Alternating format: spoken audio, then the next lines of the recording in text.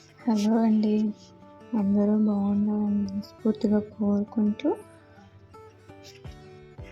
కడాయి పెట్టుకొని కడాయిలో ఆయిల్ వేసుకొని మన టేస్ట్కి సరిపడన్ని చిల్లీస్ వేసుకొని అందులోనే ఆనియన్స్ కూడా వేసుకొని ఆనియన్స్ బాగా కలుపుకోవాలి. ఆనియన్స్ మగ్గడానికి కొంచెం సాల్ట్ వేసుకొని బాగా టాస్ చేసుకొని మూత పెట్టుకొని ఒక 5 minutes మగ్గించుకుందాం. మూత ఓపెన్ చేసి చూస్తే లైట్గా మగ్గాయి కదా, మళ్ళీ మూత పెట్టేసి 2 minutes మగ్గించుకొని మూత తీసి చూస్తే కొంచెం మగ్గాయి కదా, అందులోనే నీట్గా కడుక్కొని మటన్ వేసుకుందాం.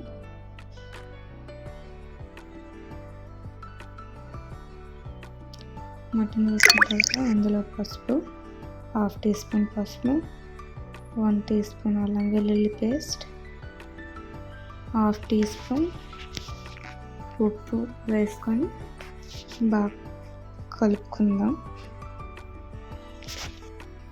బాగా అంతా మిక్స్ అయ్యే వరకు కలుపుకొని దాన్ని మూత పెట్టుకొని ఒక 10 minutes మగ్గించుకుందాం. 10 minutes తర్వాత మూత తీస్తే చూసారా ఎంత బాగా మగ్గిందో. అందులోనే 2 మీడియం సైజ్ టమాటా కోసుకొని వేసుకుందాం. టమాటా వేసుకొని అది బాగా కలుపుకుందాం. కలుపుకున్న తర్వాత గరం మసాలా 1/2 teaspoon వేసుకుందాం. అలాగే మన తినగలము అన్నంత కారం వేసుకొని బాగా కలుపుకొని మూత పెట్టుకొని ఒక 10 minutes మగ్గించుకుందాం. ఓపెన్ చేసి చూస్తే టమాటాలో నుంచి కూడా వాటర్ రిలీజ్ అయ్యి అందులోనే ఇందాక కొంచెం వేసాం కదా, ఇప్పుడు కొంచెం సాల్ట్ వేసుకున్నాం. చూసుకోండి, కొంచెంగా వేసుకున్నాను, ఎక్కువేం వేసుకోలేదు. బాగా కలుపుకొని మూత ఎత్తుకున్న తర్వాత మూత ఓపెన్ చేసి చూస్తే బాగా మగ్గిపోయింది. అందులోనే 1/2 glass వాటర్ వేసుకొని బాగా కలుపుకోవాలి.